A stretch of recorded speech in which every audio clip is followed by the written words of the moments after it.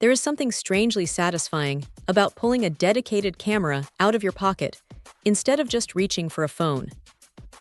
This little indigo blue number from Samsung is a reminder of a time when point-and-shoots were the kings of the casual snapshot. It is incredibly slim, measuring just 17 millimeters, and that metal casing gives it a surprising amount of heft for its size. It feels solid, not like some cheap plastic toy that might crack if you look at it wrong. The finish is a deep, rich blue that catches the light nicely, making it look a bit more premium than the price tag might suggest.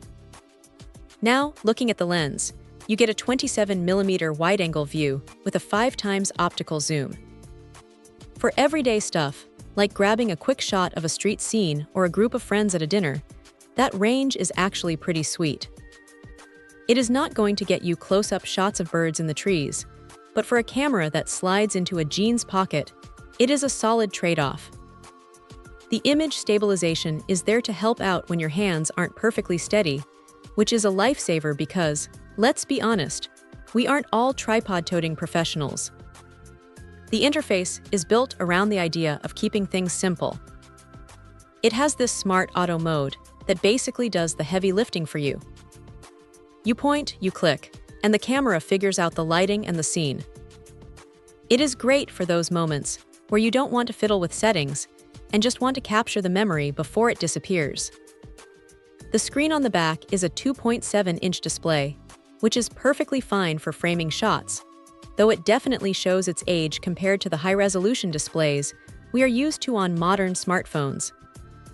When it comes to video, it shoots in 720 HD. It is not going to replace a dedicated cinema rig, and you shouldn't expect it to, but for quick clips to share or keep as a digital scrapbook, it gets the job done. One thing to keep in mind is that this uses a CCD sensor.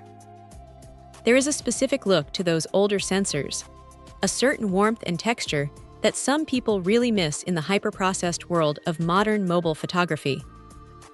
It is not as sharp or clean as a modern flagship phone, but it has a bit of character. What stands out, though, is the metering. You have options for multi, center-weighted, and spot metering, which is a nice touch for a camera this small. It gives you just enough control to handle tricky lighting, without making you feel like you need a degree in photography to get a decent exposure. Honestly, the biggest limitation here is the low-light performance.